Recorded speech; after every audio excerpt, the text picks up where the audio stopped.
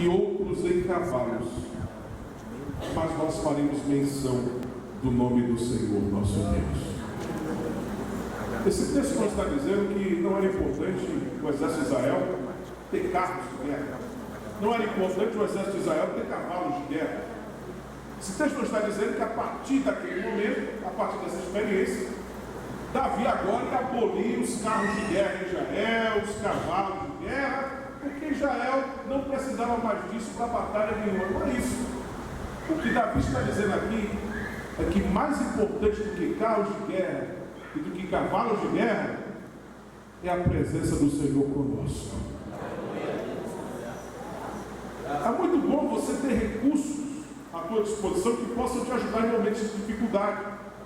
Por exemplo, é muito bom você ter dinheiro, uma conta bancária recheada, para que você possa, nos momentos de necessidade, usar aquele dinheiro ali para saldar alguma dívida eventual, para ajudar alguém, para livrar você de alguma situação complicada financeiramente, enfim, muito bom.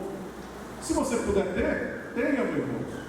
Busque riquezas, mas sem aquela idolatria sobre a riqueza, sem se deixar escravizar pela riqueza, porque o dinheiro é um excelente servo, mas um péssimo senhor. E nós adoramos a Deus e não a Mamon, nós não servimos a riqueza, amém? As riquezas são um recurso e que deve ser bem administrado, devemos ser bons mordomos daquilo que Deus nos dá. Então, se você puder viver bem financeiramente, viva. Se você puder ganhar dinheiro honestamente, bastante dinheiro honestamente, ganhe em nome de Jesus, mas nunca deposite a sua confiança em riquezas. Se você puder também ter um currículo invejável, isso também é muito bom para abrir portas para você. Se você puder também conhecer pessoas influentes para fazerem um lobby em teu favor, em momentos de dificuldade, isso também é maravilhoso. Você tem uma boa rede de amigos, de conhecidos, de pessoas influentes que podem te ajudar. Isso aí é muito bom. Se você puder ter isso, network, uma rede de pessoas influentes para te ajudar, ótimo, excelente. Porém, o mais importante não é quanto você tem na sua conta do banco. O mais importante não é se você tem um currículo invejável. O mais importante não é se você conhece pessoas influentes para fazer um nome em teu favor. O mais importante é se Deus está com você. Se Deus não está com você, você é um falido, fracassado e derrotado. Mas se Deus está com você, você é mais do que vencedor em Cristo Jesus. Quem não tem Deus pode ter tudo, mas não tem nada. Quem tem Deus pode não ter nada, mas tem tudo. Porque a garantia, a chancela da nossa vitória é a presença do Senhor Jesus na nossa vida. Se o Senhor Jesus não tiver na nossa vida, podemos até ter riquezas, podemos até conhecer pessoas influentes, podemos até ter um bom currículo, mas isso, para começar, não vai preencher o vazio de nossa alma. Que adianta o homem ganhar o mundo inteiro e perder a sua alma? Quantas pessoas que são prósperas financeiramente, são pessoas que têm uma trajetória profissional extraordinária, mas que se chafurdam nas drogas, são infelizes nas suas famílias, se matam, suicidam-se. Por quê? Porque não tem paz, não tem sentido na vida, não tem felicidade de verdade. Mas em Jesus, ainda que você não seja rico financeiramente, ainda que você não tenha tanta expressão na sociedade como outras pessoas têm, mas você é filho do Rei, você é filha do Senhor. Oh, aleluia! Você tem a presença do Senhor Jesus na tua vida, que preenche todas as lacunas do nosso ser, que nos faz cantar de alegria, mesmo no meio da intensa provação, porque só Jesus é que satisfaz a nossa alma. Aleluia, aleluia, só Ele, só Ele, só Ele. Ele disse aos seus discípulos: deixe-vos a paz, a minha paz vos dou, não vos dou como o mundo a dá. Ou seja, a paz de Cristo é diferente da paz do mundo. Por quê? O apóstolo Paulo vai explicar isso mais à frente em uma de suas epístolas, quando ele chama a paz de Cristo, a paz de Deus, de uma paz que excede todo o entendimento. ou seja, excede a compreensão humana. Por que a paz de Deus excede a compreensão humana? Porque a paz de Deus é uma paz que você pode sentir mesmo quando tudo está dando errado. A paz do mundo não, é uma paz lógica, é uma paz que dá para entender, é uma paz que você sente quando tudo está dando certo, e quando tudo começa a dar errado, você não sente mais essa paz. Porém, a paz que vem de Deus, essa harmonia que toma conta do nosso coração e que vem do céu, ela pode ser sentida não só nos momentos de bonança, mas também nos momentos de escassez, de adversidade, nos momentos de extrema dificuldade. É por isso que tem uma paz que excede todo entendimento. As pessoas que não são crentes muitas vezes veem vizinhos, colegas de trabalho, pessoas conhecidas que são crentes em Jesus, que estão passando por problemas difíceis, que passam necessidades financeiras, mas mesmo assim são felizes, sempre cantando, com um sorriso no seu rosto. Por quê? Como é que pode isso? É porque quem tem Jesus tem tudo, quem não tem nada. Mas quem tem Jesus Cristo, no céu já tem morada. Quem ama este mundo, lá no céu não tem nada. Mas quem tem Jesus Cristo, aleluia, no céu já tem morada. Como é bom servir ao Senhor Jesus. Quantos aqui aceitaram Jesus e não se arrependem até hoje? Levante a sua mão e dê um prato de glória a Deus. Aleluia, glória a Deus. Como é bom servir a Jesus. Ter carros de guerra é importante na hora da batalha. Ter cavalos de guerra era importante numa batalha. Mas mais importante do que carros de guerra, cavalos de guerra, era ter o Senhor. Uns confiam em carros, outros em cavalos. Mas nós não. Nós temos até uns cavalinhos ali. Nós temos até uns carrinhos de guerra ali. Mas nós confiamos no Senhor que fez os céus e a terra. Aleluia, glória a Deus. Que a tua confiança esteja nele. Amém? Mas a terceira e última lição se encontra no versículo de número 8. Uns encurvam-se e caem, mas nós nos levantamos e estamos de pé.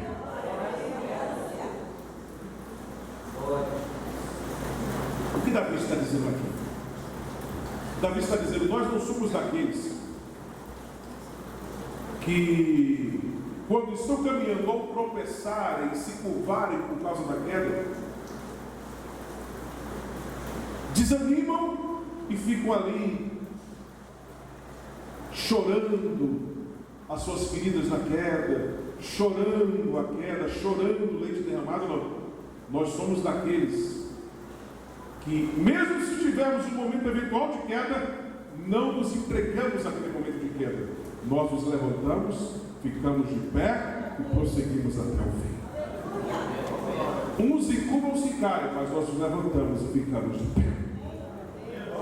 Em outras palavras, o que vai definir se você no final vai ter uma vida cristã vitoriosa não é a quantidade de quedas eventuais que você pode ter na sua trajetória de vida cristã, mas é a atitude que você teve nos momentos de oscilação da tua vida cristã, nos momentos de queda, como nós estamos chamando aqui, na vida cristã. Repito, o que vai determinar no final se você for um crente vitorioso não foi a quantidade de oscilações que você teve no gráfico da tua vida espiritual. Não é a quantidade de quedas que você teve na sua trajetória de vida cristã aqui na terra, mas é a atitude que você teve diante desses momentos de oscilação, desses momentos de queda. Tem crentes que diante desses momentos difíceis, desses momentos de oscilação, se entregam. E aí eles ficam pelo caminho dele. Mas Davi está dizendo: nós não somos desses. Nós nos levantamos, ficamos de pé e prosseguimos em nome de Jesus. Em nome do Senhor. Aleluia. Não desista.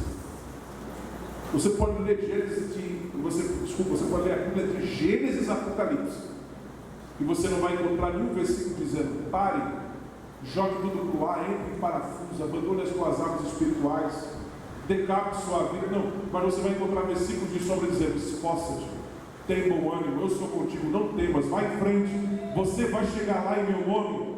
Por quê? Porque desânimo não vem de Deus. O único tipo de desânimo que o crente deve ter é desânimo para fazer as coisas erradas. Para fazer as coisas erradas, para pecar, o crente tem que ser desanimado. É para essas coisas que o crente tem que ser assim. Mas no resto não. Paulo escreveu aos Filipenses, e Paulo escreveu aos Tessalonicenses, na sua segunda epístola aos Crentes em Tessalônica, ele afirma: alegrai-vos de vez em quando no Senhor, alegrai-vos às vezes no Senhor. Não, ele diz: alegrai-vos sempre no Senhor.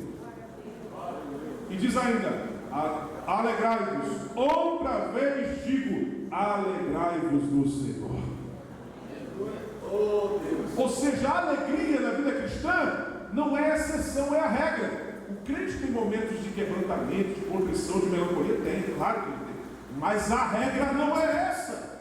São alguns momentos da vida cristã em que você vai passar por melancolia, por momentos de tristeza. Porém, a regra da vida cristã é o quê? É a alegria. Aleluia. A tônica tem que ser o quê? A alegria. E a alegria vem do Senhor. Aleluia. E essa alegria que vem do Senhor é a nossa força, é o que nos dinamiza e nos faz vencer. É a alegria que vem do Senhor. Amém? E aí, você quer ser Pedro ou você quer ser Judas? Esses dois homens caíram feio, hein? A queda deles foi grande. Esses dois homens traíram Jesus. Judas e Pedro, os dois apóstolos de nosso Senhor e Salvador Jesus Cristo.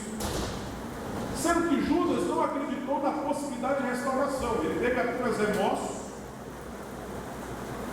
e se autocomiserou e acabou dando cabo da sua vida, se suicidou. Pedro não. Ele acreditou na possibilidade de restauração. O pecado de Pedro não foi menos grave que o pecado de Judas. Judas traiu Jesus entregando-o aos seus algozes, trocando Jesus por 30 moedas de prata. Porém, Pedro, o que foi que ele fez? Será que foi menos grave? Vejamos, Pedro, ele negou Jesus 3 vezes. Mas negou Jesus 3 vezes, diz o texto bíblico, às vezes a gente deixa de perceber isso, praguejando. O texto bíblico diz que por 3 vezes ele negou Jesus praguejando. Ou seja, para convencer os seus interlocutores, aqueles que estavam questionando se ele era um dos 12, para convencer que ele não era, ele praguejou, ele rogou pragas, ele disse coisas assim do tipo: se eu sou um deles, então que isso aconteça. Enfim, ele disse coisas feias para mentir, para convencer as pessoas de que ele não era um dos 12. E ele tinha dito a Jesus, horas antes, que ele não negaria Jesus nunca, que ele morreria por Jesus. Jesus olhou para ele: Pedro, Satanás quisera dar contigo, não tem jeito. Fala isso, Pedro. Eu quero te dizer que antes do galo cantar, 3 vezes você vai me negar. E isso acontece. Ele estava lá de fora, Jesus sendo julgado lá dentro. Na madrugada, frio, uma fogueira é acesa lá de fora, ele vai se aquecer na fogueira e outros também. De repente eu olho para ele e diz: não, você é um deles. Não, isso não. E até uma comprada. Depois outro olhou e disse: não, acho que você é um deles sim. E ele: não, isso não, eu vou pragas. Veio uma terceira pessoa: não, você é um deles sim. E ele fez a mesma coisa. E aí o galo cantou, despertou a consciência de Pedro. Para piorar, quando Pedro vira-se, quem é que ele vê sendo levado, preso, arrastado? Jesus. E Jesus vira o seu rosto, e os olhos de Jesus cruzam com os olhos de Pedro. Aí, meu amigo, a alma estando no coração. E a Bíblia diz que ele saiu dali correndo e foi chorar amargamente na escuridão da noite. E Jesus é condenado justamente à morte, mas ele se deixa ser condenado para que ele cumprisse a sua missão, uma morte sacrificial pelos nossos pecados, e ele morre ao terceiro dia, ressuscita. As mulheres vão ao sepulcro, recebem uma mensagem de um anjo, dizendo ter vivo, e esse anjo entrega a elas uma mensagem para elas entregarem aos apóstolos, aos discípulos. Em Marcos capítulo 16 nos diz que quando as mulheres foram lá entregar essa mensagem, Pedro estava no meio dos apóstolos, e elas dizem: olha, Jesus ressuscitou, e falamos com um anjo lá, e eles mandaram a gente entregar uma mensagem a vocês. A mensagem é que o mestre quer ter um encontro com vocês lá no mar de Tiberíades, também chamado de Mar da Galileia. Quando você encontrar o texto bíblico, Mar de Tiberíades é Mar da Galileia, são nomes diferentes para com a mesma situação geográfica. É o mesmo Mar da Galileia, que na verdade não é nem um mar, ele é um lago tão imenso que ele é chamado de mar no Oriente Médio já há séculos, há milhares de anos, mas na verdade ele não é propriamente um mar. Tecnicamente não é um mar, mas é um lago imenso, muitos peixes. E a mensagem foi que o Senhor Jesus queria ter um encontro com eles no mar de Tiberíades. Mas veja, a mensagem não era só essa. A mensagem era que o mestre queria ter um encontro com eles e com Pedro também. Veja isso lá. Marcos capítulo número 16. Vamos ver se é assim mesmo. Olha o que o texto bíblico diz. Veja o detalhe. Às vezes o detalhe passa despercebido, não é? O texto bíblico diz, verso 7: mas ide, dizei a seus discípulos e a Pedro, que ele vai adiante de vós para a Galileia, e ali o vereis, como ele vos disse. Para a Galileia. Veja bem, diz aos discípulos e a quem? E a Pedro. Se a mensagem fosse assim: digam aos discípulos que o mestre vai adiante deles para a Galileia, e ali o vereis, como ele vos disse, Pedro não iria. Porque Pedro já tinha se auto-excluído do grupo. Depois que eu fiz o que eu fiz, estou fora. Se a mensagem chegasse assim: digam aos discípulos que o mestre tem um encontro com eles lá na Galileia, ali vocês vão encontrar, Pedro não iria. Mas Jesus sabia que Pedro não iria. Aí ele manda entregar a mensagem assim: digam aos discípulos e a Pedro também, que o mestre quer ter um encontro com ele lá. Já imaginou a cena? Estou dizendo que isso aconteceu, mas já imaginou a cena? A mulher vai entregar o recado: olha, o mestre disse que quer ter um encontro com vocês, discípulos lá na Galileia e tal. E Pedro já vai se excluindo do grupo, se afastando. Aí aquela mensageira, aquela mulher olha para mim e diz: não, Pedro, ele mencionou o seu nome, inclusive. Se quer que você vá também. Estou dizendo que aconteceu assim. Mas a ideia de mencionar o nome de Pedro foi justamente para que Pedro fosse. Porque se Jesus não mencionasse o nome dele, ele não iria. Ele não iria. Esse encontro está registrado em João capítulo número 21. Eles ficam lá no Mar da Galileia e ficam esperando. Aliás, as margens do Mar da Galileia ficam esperando Jesus. E nada de Jesus chegar. E as horas passam e nada. O local do encontro é esse aqui, e até agora nada. Vai anoitecendo, eles já estão com fome. Ali entre eles há homens acostumados com a pesca. Então, estamos com fome. Tarde da noite. Mar na nossa frente. Vamos pescar, né? Entraram no barco e foram pescar. E pescaram a noite toda. E nada encontraram. E quando eles estavam já voltando, era noite ainda, era madrugada, quando estavam se aproximando da margem. O sol não havia se levantado ainda. Havia alguém de pé na margem que disse para eles: vocês têm peixe? Não temos. Lancem a rede para a banda direita. E eles, ainda estranhando um pouco a situação, mas lançam a rede para a banda direita. Peraí, vamos ver o que, é que vai acontecer. Eu já vi isso antes. E jogaram para a banda direita, e quando eles puxaram, a rede veio lotada de grandes peixes. Muito pesado, estava quase sem romper. E aí, quem olhou para os irmãos, olhou para Pedro. Se fosse nos dias de hoje, eles diriam: já vi esse filme antes. É Jesus de Nazaré, o retorno. E aí Pedro, o que é que ele faz? Ele está com aquela roupa, né, só com a roupa de baixo, né, para agilizar ali na pesca, no mar, né? E aí ele cinge na sua túnica e pula na água e vai ter com Jesus. Veja, o correto seria ele esperar o barco, né, com todo mundo, aportar ali na margem, para então todos descerem e falarem com Jesus. Até porque tinha uma rede pesada ali que tinha que ter muita gente ali para puxar. Mas a culpa, sabe a culpa? Aí o que Pedro faz? Pedro pula na água para ter logo com Jesus. Ele quer mostrar interesse, serviço, está ali à disposição do mestre. Culpa.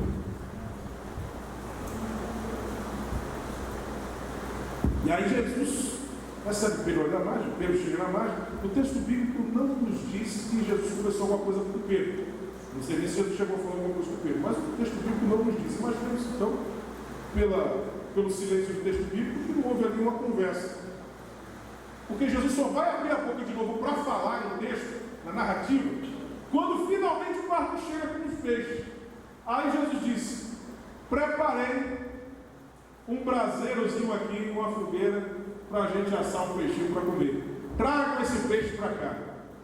Quando Jesus fala isso, o que é que o texto bíblico diz? Pedro sai correndo para pegar a rede e arrastá-la sozinho. Não, João, deixa que eu carrego. Não, deixa que bateu, não precisa não, deixa que eu carrego. O que é isso? O homem querendo arrastar sozinho aquela rede lotada de peixes. Culpa. João capítulo 21 diz que ele quis arrastar a rede sozinho. Jesus pega o peixe, frita o peixe ali, eles comem, madrugada fria, à beira da fogueira se aquecendo e comendo. Silêncio sepulcral. Só não é sepulcral porque tem o barulho das ondas emboladas no mar da Galileia. Aí daqui a pouco Jesus quebra o silêncio, olha para Pedro e diz: Pedro, tu me amas. E Pedro, com o nó da garganta, diz: Senhor, eu te amo. Apacenta as minhas ovelhas. Faz silêncio de novo. Daqui a pouco Jesus quebra o silêncio mais uma vez. Ele levanta a sua fronte, olha bem para dentro dos olhos de Pedro e pergunta: Pedro, tu me amas? Amo-te, Senhor. Apacenta os meus cordeiros. Faz silêncio mais outra vez. Jesus então levanta a sua fronte pela terceira vez. Olha bem para dentro dos olhos de Pedro e diz: Pedro, tu me amas. E Pedro então apela para a onisciência divina. Ele diz: Senhor, tu sabes de